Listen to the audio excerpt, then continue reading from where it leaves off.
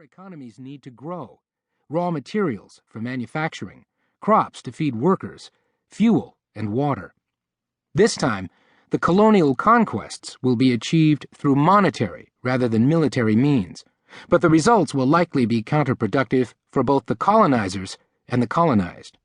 Rich countries, with their aging populations and low fertility rates, will change their immigration policies to draw in more workers from around the world. Even as poor countries develop, it will be harder for them to hold on to their most productive citizens. Meanwhile, many countries that have embraced left-leaning populist governments in recent years will first shift to the right, then continue to swing back and forth like political pendulums. The resulting regime changes will slow their economic growth, an unfortunate reality, since growing may be the only way to settle the pendulums down. In the midst of these limits and obstacles, there will also be new opportunities. As the booms fueled by technology and cheap credit in the 1990s and 2000s fade into the background, Americans will be looking for new sources of jobs and income.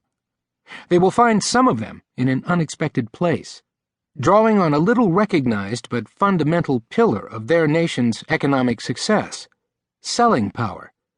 The restructuring of the global economy, ever more intertwined, ever more digital, will also allow workers to seize new opportunities by straddling two or more markets at a time and acting as gatekeepers of profit. Changes in how people work will lead them to change where they work as well.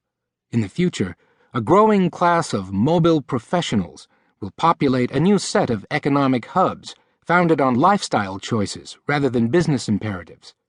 And the slow collapse of the World Trade Organization will actually allow countries to pursue freer trade, opening up new gains from doing business abroad. Despite the opportunities it presents, the road to growth is not always smooth. Even if a country manages to avoid the obstacles along its particular path, there are still risks that affect everyone in the race. The recent financial crisis showed that negligence, malfeasance, and herd behavior in a couple of financial centers can stunt growth around the world, setting some countries back years in their pursuit of higher living standards. One result of the new regulatory framework facing the world of finance will be the blossoming of an enormous black market whose presence will bring new risks to the global economy. At the same time, climate change, often touted as an opportunity for new industries in rich and poor countries alike, will actually separate these countries even further, creating a threat of instability that could hamper growth in both.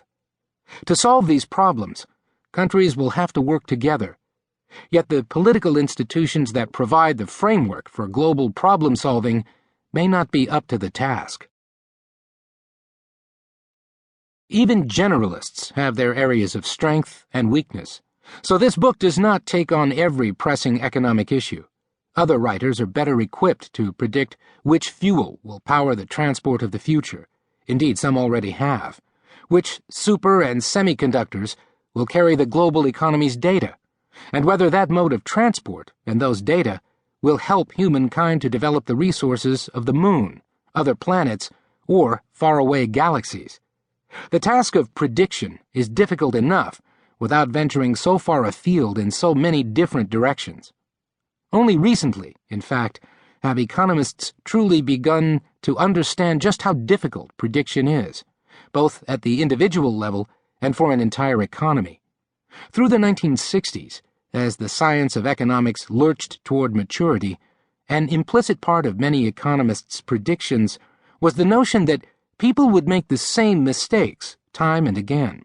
For example, if consumers saw a big increase in their salaries, they might take it as a signal of bigger buying power, even if the raise was always followed by an increase in prices for the things they liked to buy. In the 1970s, a new school of economics began to hold sway. It was based on the opposing idea that people were too rational to make the same mistake twice. Consumers might be fooled by the raise the first time, but the second time they'd wait to see if inflation would erase their apparent gains. This new school dominated economic thought for a couple of decades, before another revolution in economic thinking came along in the waning